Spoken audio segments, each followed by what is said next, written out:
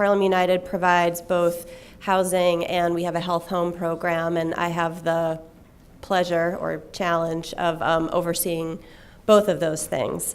So Harlem United has been around since 1988. We provide a full range of medical services, social supportive services. We serve approximately 13,500 clients each year. So this diagram up here kind of illustrates the various types of programs we have: supportive housing, adult day health centers, health homes, food and nutrition, family support, as well as primary care and dental services, behavioral health, patient navigation, access to care. You can kind of read the long list, but we like to say or like to think of ourselves as a one-stop shop with integrated medical, housing, prevention, and supportive services for people who are living with HIV and AIDS. So just getting to our, focusing on our housing division for the moment. So again, we have a total of 586 units, and it's a mix of congregate and scattered site housing. About 30% of our housing is designated for families. About 45% is occupied by women or women head of households. And some of the special populations we serve are women with mental illness, women with children, single adults who are medically frail, who would most likely otherwise be in a nursing home. We have housing for emergency kind of / transitional housing for people who are coming directly from an SRO or a shelter. And then we serve, as part of our New York 3 programs, chronically homeless adults who are mentally ill and or have substance use, as well as an AIDS diagnosis. I have up here that we have a medically focused model, and I just wanted to describe that for a second because it's kind of relevant to the health home coordination discussion.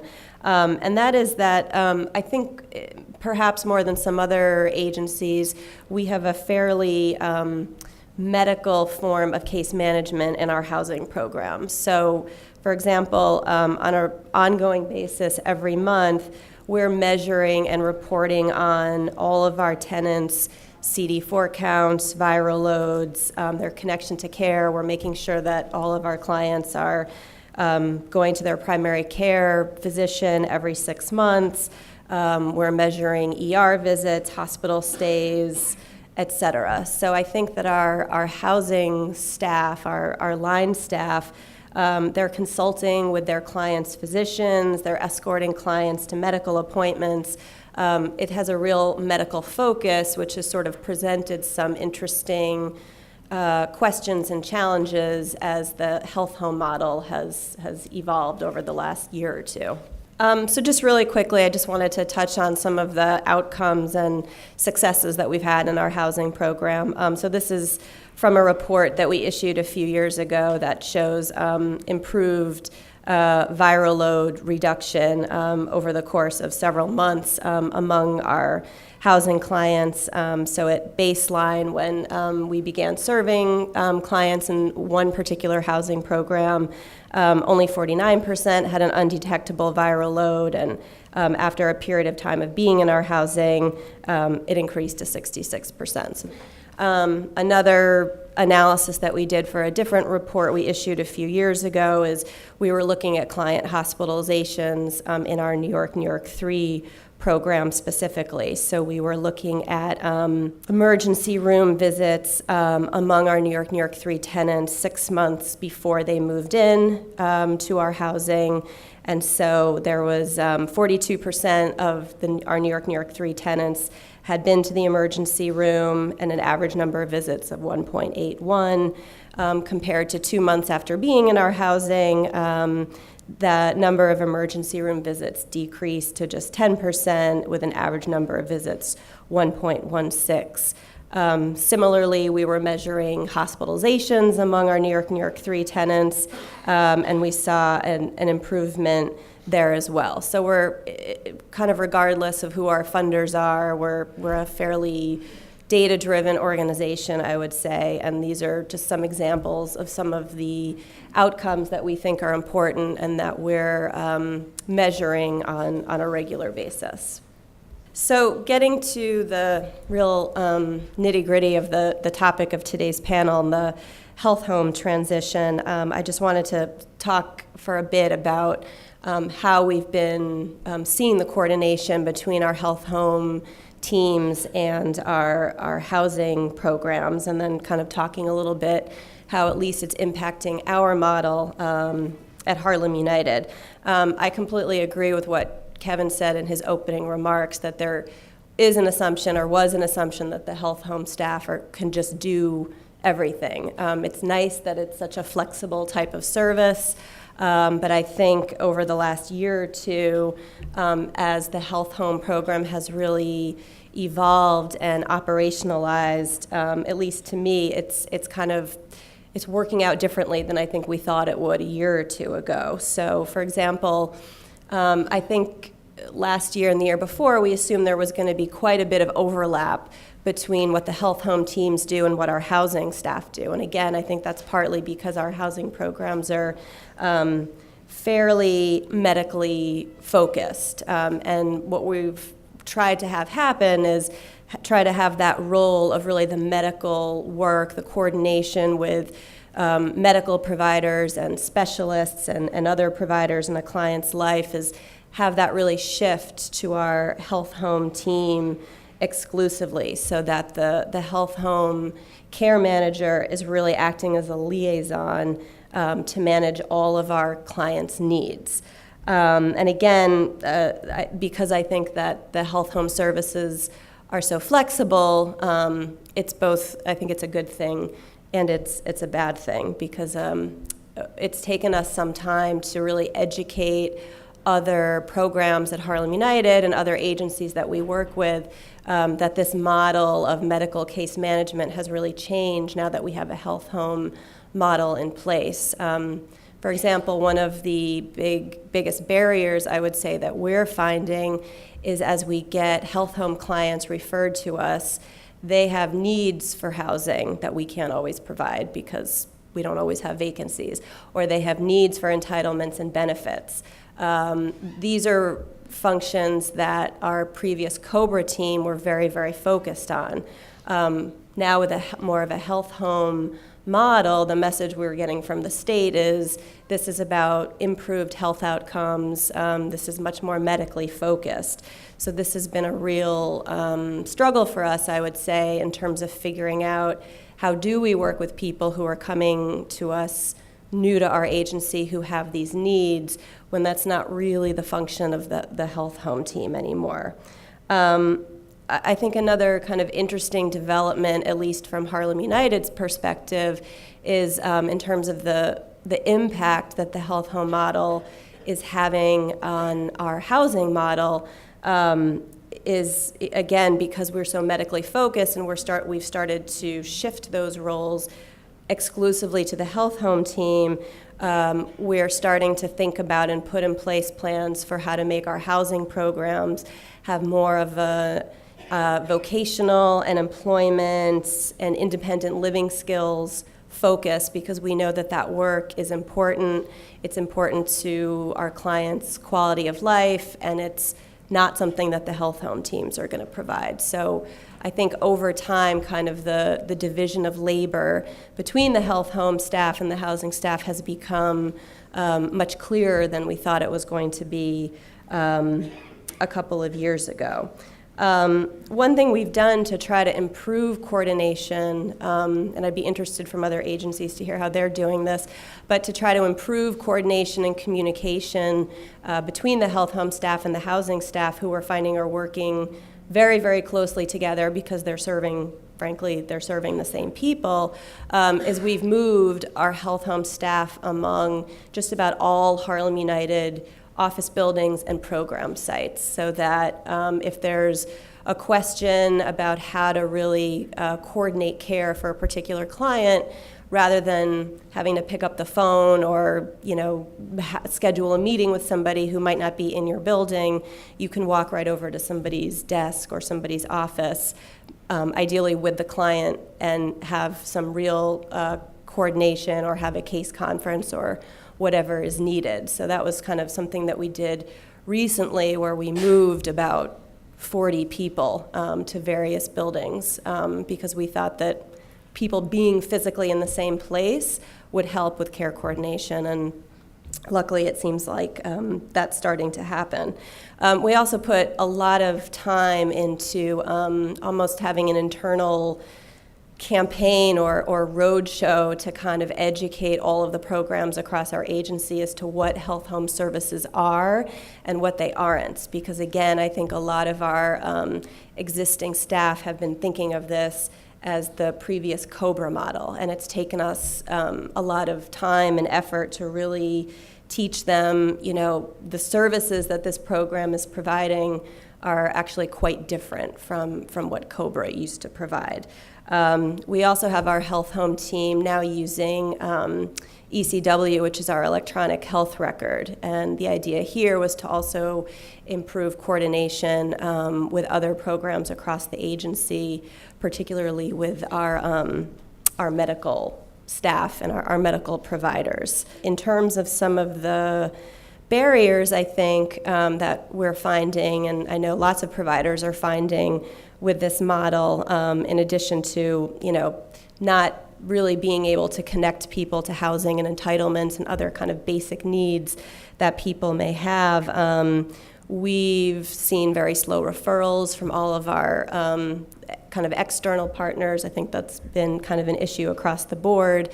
We're working in health homes in 4 different boroughs. And so we're finding that means every health home lead you work with is essentially like getting a brand new funder who has their own way of doing things, their own goals, their own reporting structures, their own technology that they expect you to be able to use in order to report to them. So it's a kind of new, almost type of layer of bureaucracy that we've had to manage. And then finally, as Kevin alluded to, so under the health home model, we're working with many diverse populations. We're working with people who are HIV positive and mentally ill and actively using, as well as people with diabetes and cancer and heart conditions, and the list kind of goes on and on. And so one other challenge, I think, at least that we're finding at Harlem United, is are our staff trained to work with such a broad group of people when they're really used to working with a fairly, a more specific population. And so that's led to lots of plans and discussions on what types of trainings do our staff need so that when they are referred the person who's homeless and has diabetes, do they know how to best serve that person and how to really coordinate their care? So that kind of leads me to the sort of the final part of my presentation that I just wanted to touch on, and that's a risk assessment tool that we just started using in the health home program just about a month ago. And the idea here was, this program is growing and is, in our case, more than twice as large in terms of the number of clients enrolled compared to a year ago. And we felt that we needed some tool or guide for our staff to use to really assess the risk level of all of our health home clients, both existing and new incoming clients. So we created this tool. We tried to do it in as sort of simple and user-friendly a way as possible because, again, we recognize that our health home staff are doing this for, a very large number of people. We didn't want it to be overly tedious, but in the first column is high risk, medium is moderate risk, and then the last would be low risk. And the idea here is it's a simple checkbox type of form. So I won't read you through every single one because, again, I think we want to kind of get to more of a discussion, but just to give you kind of a flavor for this. So some of the things that we're thinking are highest risk in the first category is, HIV positive, has a CD4 count that's less than 200 over the last 6 months, somebody who's not been connected to care for their primary chronic health condition in the last 6 months, someone who's been hospitalized for medical, psychiatric, or inpatient substance use within the last month, has 3 comorbid conditions, current psychotic symptoms and not in psychiatric care, or has suicidal or homicidal ideation within the last month. So clearly we're talking about the highest risk people in this first column. And then moderate risk is a little bit different. Currently unstably housed, HIV positive, has had a drop in their CD4, hospitalized within the last 2 to 6 months, so a little bit less of a risk, or people with somewhat fewer needs. And then in the final category, low risk, somebody who's stably housed, they're employed, they're in school, they have 2 or more supports, et cetera. So this is a really brand new tool that we've just launched in the last month. But we're getting some positive feedback from the staff that it's helping them figure out, how do I work with everybody on my caseload, and how much contact does everybody need, and how am I, kind of organizing my time a little bit, since I don't know about Acamba, but our caseloads are, kind of around 100 per care manager, and we know that they're just going to get bigger.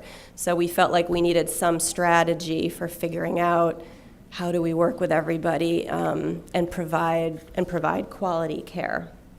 So this is completed by either our care managers or the care navigators during the initial assessment, and then ideally we'd like it done every 6 months during a reassessment. So we're going to be looking to see how are people progressing? Are clients going from moderate to high? Are they going in the other direction? Are there certain trends that we're seeing among specific staff or among specific caseloads? Does one person have all the high-risk people? Does another staff person have all the low risk? We're hoping it's going to help us sort of figure out how to best assign clients as well. So we're placing these documents in the client's chart. The idea here is to complete this document with the client present in person. And then we have a clinical director who's assigned to this program, and so we've emphasized on the tool, and it's written here as well, clients who have active suicidal or homicidal ideation or active psychotic symptoms, that's clearly high risk. That needs to be brought to the attention of the clinical director immediately. So it's really our clinical director as well as a program evaluator who is reviewing all of these tools once they're completed for, quality of care, making sure they're done correctly, using them in group supervision with the staff. So we're off to a good start, but I think right now there's fewer than 30 that have been completed in a program of 525 people. So it's going to take some time. And then this final slide is just sort of showing staff. Again, this is just a guide for people, but sort of shows you how to tailor the care and the services that you provide to your clients based on their level of risk. So clearly, if somebody is determined to be high risk, we want to see increased care coordination at least once a month, linking that person with critical services. We don't want I even think this should be less time, but we shouldn't have 45 days go by without some face-to-face contact. And again, these are just guidelines. People can, if staff get an indication from their clients that they need more services than this, then that's, of course, what they're supposed to do, and that's what we're making sure that they are doing. Moderate risk, is monthly interaction by phone or face-to-face, and then low risk is minimum care requirement, one contact in one form of another each month. There are a few of us who, when we were creating this tool, felt a little bit nervous about this because we don't want low-risk people to sort of be ignored or not get the attention that they need, and then see them slip into moderate risk over a few months and then go to high risk. So we're kind of curious to see how this is going to work out. And again, we've got a number of clinical staff who are working closely with us to see how this plays out over the next few months. I think the next step after this is what we want to do is have kind of a resource guide for the health home staff to really to accompany this tool, but to give them further guidance on how to work with such a broad range of clients who, again, could have one or more, in most cases, different chronic conditions, and really know how do you do care coordination for such a diverse group of people. We're also planning to have a nurse as sort of a senior manager involved with our health home program over the next few months, just to have a little bit more of kind of a clinical and medical presence in this program.